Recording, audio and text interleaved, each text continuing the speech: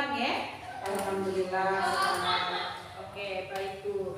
Pada siang hari ini kita akan melakukan praktek coaching di mana Bu Janti sebagai coachnya dan Bu Dwi sebagai coachingnya. Untuk praktek coaching pada siang hari ini, permasalahannya adalah masukan dari fasilitator pada saat PMO atau Project Management Office mengenai tidak lanjut PMO tersebut pada sekolah penggerak serta bagaimana strategi pelaksanaannya. Ya, Bu Janti sebagai coach, kira-kira kompetensi apa yang akan ditampilkan pada praktik coaching hari ini?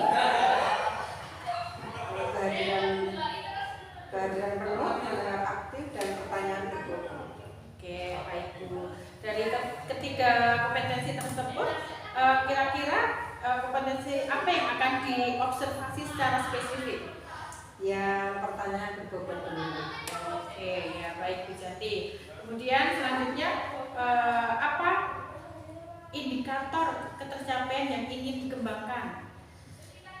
Indikator yang ingin saya kembangkan itu sebagai coach saya bisa memunculkan pertanyaan-pertanyaan yang mengarah nanti coach bisa menemukan solusi permasalahan yang dihadapi. Oke, baik. Baik, jadi bisa kita mulai praktik coaching hari ini? Bisa, Bu. Ya, silakan.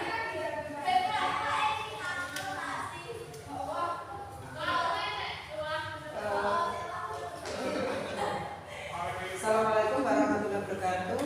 Perkenalkan saya Bu Janti dalam praktek coaching siang hari ini dengan Ibu Dwi Retnaningsih dari SMA Negeri 2 Klaten. Saya berperan sebagai coach, kemudian Bu Dwi Retnaningsih berperan sebagai coaching. Baiklah, akan kita mulai praktek coaching pada siang hari ini. Siap, siap. Selamat siang Bu Dwi, apa kabarnya? Selamat siang Bu, alhamdulillah baik. Bu Dwi, apa yang akan kita obrolkan pada siang hari ini? Oh ya, ini Bu, jadi kemarin itu kan sekolah saya, sekolah penggerak itu mengadakan ada kegiatan PMO, Project Management Office dengan fasilitator sekolah penggerak. Nah, dari hasil kegiatan itu kami mendapat masukan oleh fasilitator bagian-bagian mana yang di sekolah kami itu aspeknya masih lemah dan ingin ditingkatkan dalam 3 bulan ke depan. Namun setelah kita analisis ternyata ada banyak sekali Bu, ada tentang PMM, kemudian ada tentang pembelajaran berdiferensiasi, kemudian optimalisasi komunitas belajar, kemudian masih lagi tentang proyek. Jadi banyak sekali tentang PMM yang harus kami lakukan sehingga kami bingung mana dulu yang harus kami prioritaskan sebagai tindak lanjut PMO ini, dan kemudian strategi apa yang akan kami lakukan untuk melaksanakan kegiatan tersebut. Jadi hari ini kita akan membicarakan masalah Bu Dwi ya, terkait dengan tindak lanjut PMO. Bagian mana dulu Bu Dwi yang akan kita lakukan, yang akan kita lakukan, kemudian bagaimana strategi pelaksanaannya. Mungkin itu Bu Dwi? Iya. Ya. Baik Bu Dwi, karena percakapan ini sangat singkat ya, hasil apa yang Bu Dwi harapkan dari percakapan kita nanti pada siang hari ini? Saya ingin setelah percakapan kita siang ini, saya berharap bisa menemukan masalah apa ya, prioritas utama yang harus kami lakukan untuk menindaklanjuti PMO itu, kemudian bisa juga menemukan bagaimana strategi yang tepat untuk menindaklanjuti PMO itu. Begitu Bu, Ya. yang saya harapkan. Berarti Bu Dwi mengharapkan setelah percakapan kita nanti bisa menentukan prioritas kegiatan tindak lanjut PMO dan menentukan strategi untuk peningkatan aspek tersebut ya Bu? Iya, terima kasih. Dari hasil diskusi PMO dengan fasilitator, menurut Bu Dwi indikator keberhasilan yang ditetapkan sekolah Bu Dwi itu seperti apa? Jadi dari hasil diskusi dengan fasilitator, kami sebagai sekolah penggerak itu harusnya ya Bu ya, untuk kegiatan pelatihan mandiri di PMM itu harusnya 100% guru itu sudah berhasil melakukan aksi nyata. Kemudian komunitas belajarnya sudah berperan aktif, bisa bermanfaat untuk rekan-rekan guru di sekolah. Kemudian sebagian besar guru mestinya sudah melaksanakan praktik pembelajaran berdiferensiasi. Kemudian semua guru sudah memahami bagaimana pelaksanaan proyek P5, dan mestinya sebagian besar guru itu sudah mampu menyusun modul proyek P5, karena selama ini di sekolah saya itu baru sebagian yang bisa. Baik Bu Dwi, berarti pada PMO berikutnya dapat dikatakan terjadi peningkatan kualitas ya Bu? Iya. Jadi jika kondisi ideal tersebut itu kita beri angka 10, menurut Bu Dwi sekolah Bu Dwi itu pada posisi angka berapa?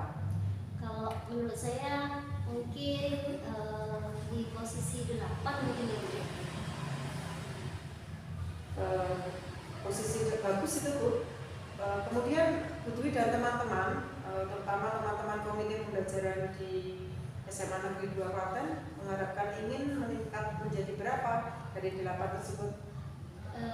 Setidaknya sampai PMO berikutnya 3 bulan ke depan, setidaknya kami bisa mencapai angka 9 Bu, setidaknya. Bagus itu Bu, berarti ada proyek ke sana ya.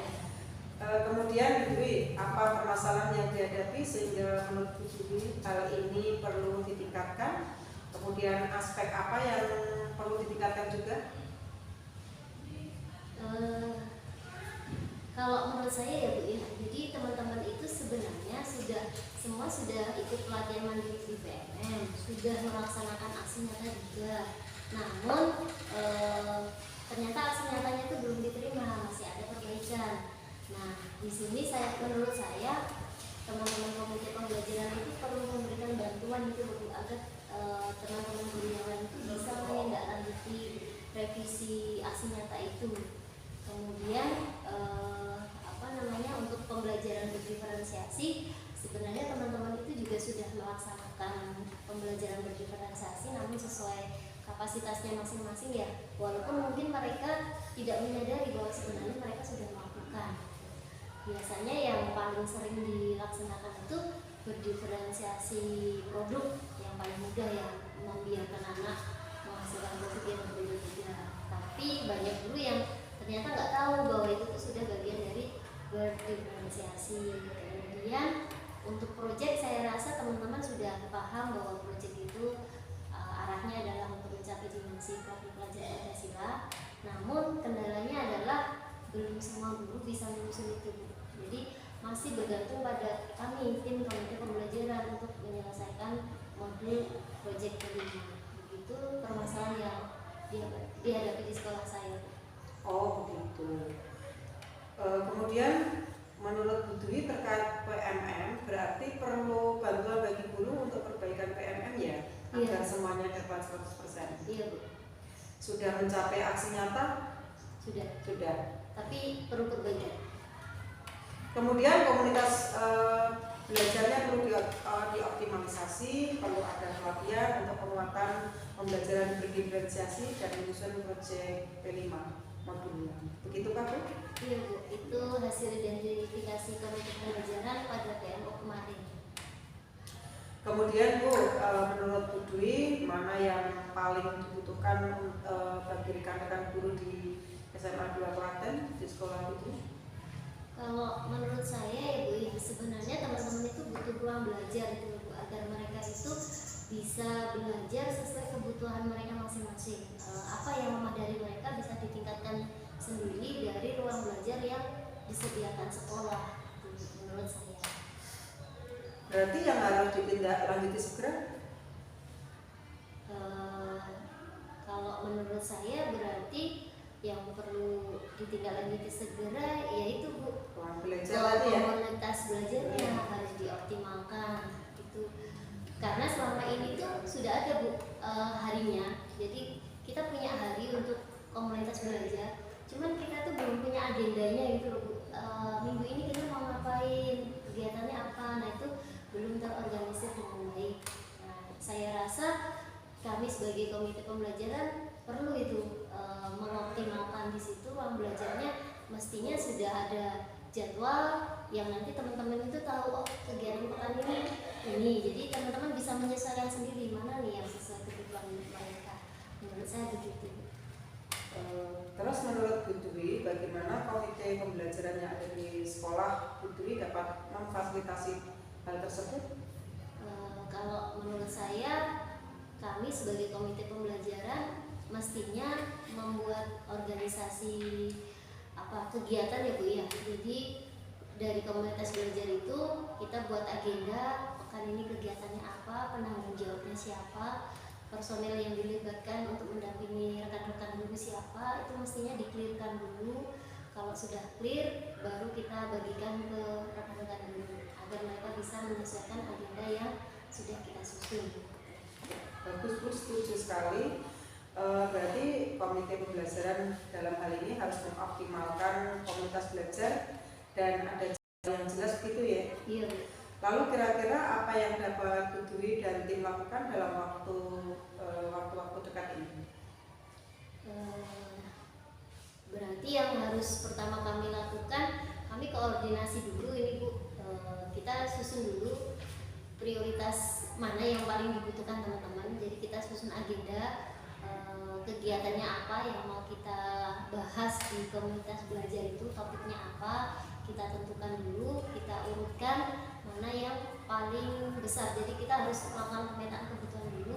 Sebagian besar guru itu paling butuh yang mana. Kalau misal paling butuh tindak lanjut aksi nyata PNR, ya itu kita dulukan. Lalu nanti berikutnya, kemudian nanti kita buat pembagian jadwalnya, personelnya siapa, nanti pendampingnya siapa, dan baru kami bagikan ke teman-teman guru. Mungkin itu Bu yang harus kami lakukan pertama. Ya, rencana yang bagus sekali Bu Dwi. Kemudian kira-kira Bu Dwi dan tim rekan-rekan tim Bu Dwi itu kapan akan melakukan rencana tersebut dalam yang kemudian barangkali karena begitu tugas yang menumpuk, siapa yang bisa mengingatkan Bu Dwi dan rekan-rekan timnya agar tidak lupa dari rencana yang sudah disusun tadi.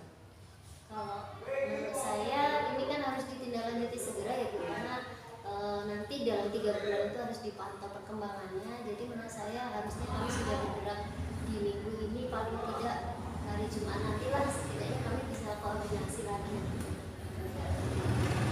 Kemudian yang kami harapkan bisa mengingatkan kami, ngoyak-ngoyak kami, ya Pak Kepala Sekolah sama Wakasek Kurikulum. Itu kami harapkan bisa mengingatkan kami dan tim komite pembelajaran untuk melaksanakan tadi rencana aksi yang sudah disusun. Baik Bu Dwi, barangkali sudah panjang ya, banyak yang kita bicarakan pada kesempatan siang hari ini. Kemudian kita sudah tiba di penghujung pembicaraan. Apa yang Bu Dwi dapatkan dari pembicaraan kita dari tadi, dari awal? Baik Bu, sebelumnya terima kasih sekali Bu dari pembicaraan ini. Saya karena ditanya-tanya Bu Janti ya, jadi akhirnya terpikirkan dari banyak permasalahan yang terjadi di sekolah saya itu, ternyata hal pertama dan utama yang harus saya lakukan bersama teman-teman tim komite pembelajaran itu adalah mengoptimalkan komunitas belajar. Kalau komunitas belajar ini kami optimalkan, maka kita jadi punya ruang untuk melakukan pelatihan-pelatihan bagi teman-teman. Nah, pelatihan-pelatihan inilah yang nanti juga bisa mengatasi masalah-masalah yang lainnya tadi. Nah, jadi dari percakapan ini saya jadi mendapat inspirasi, pencerahan ya Bu ya. Oh, ternyata yang harus kami lakukan itu yang pertama komunitas belajar. Kalau komunitas belajarnya oke, saya rasa nanti masalah lainnya terselesaikan. Begitu Bu, terima kasih sekali ya Bu ya.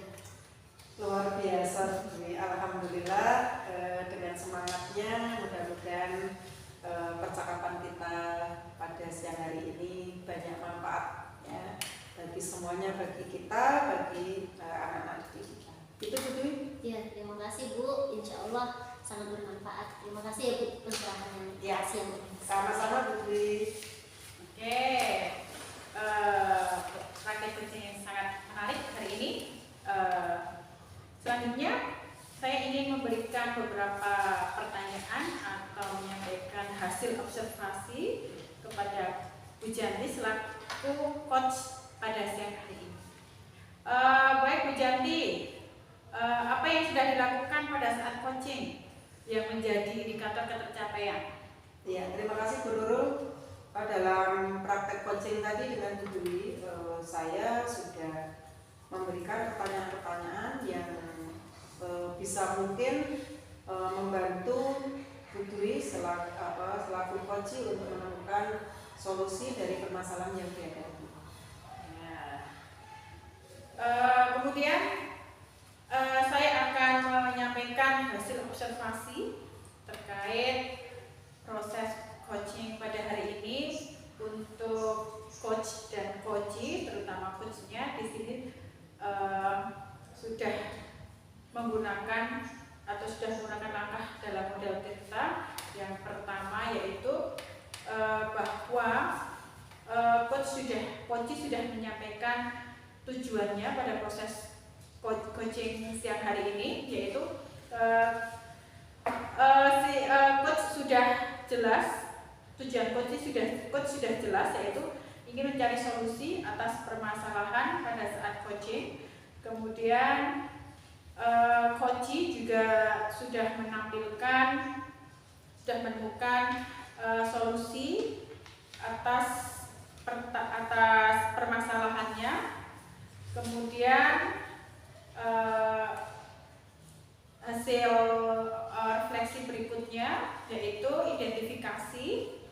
Dalam identifikasi, coach sudah memberikan beberapa pertanyaan yang dapat membuat coachee menyadari bahwa apa yang sudah disarankan bukan sesuatu yang harus dihindari, tetapi bisa lebih ditingkatkan untuk kedepannya lebih baik lagi. Dan untuk rencana aksi, alur Tirta yang ketiga yaitu rencana aksi, coach sudah memberikan pertanyaan yang dapat membuat coachee merencanakan hal-hal dalam menyelesaikan permasalahannya dengan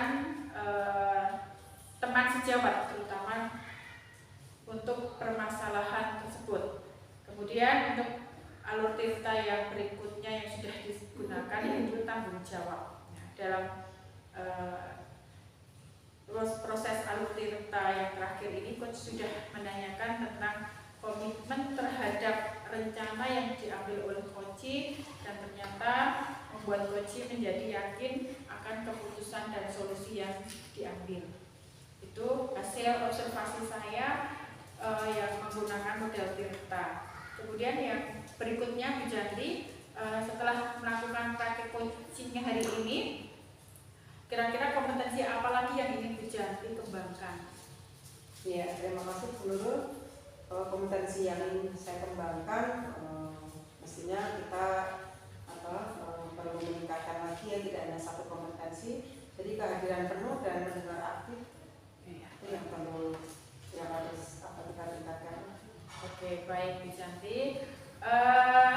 Terima kasih untuk praktik coaching hari ini. Selamat untuk Bu Janti dan Bu Dwi. Semoga kedepannya bisa lebih baik dan lebih sukses lagi dalam menyelesaikan berbagai macam masalah dengan praktek menggunakan alur Tirta dalam praktek coaching. Saya kira cukup. Terima kasih atas waktunya. Akhir kata, assalamualaikum warahmatullahi wabarakatuh. Waalaikumsalam.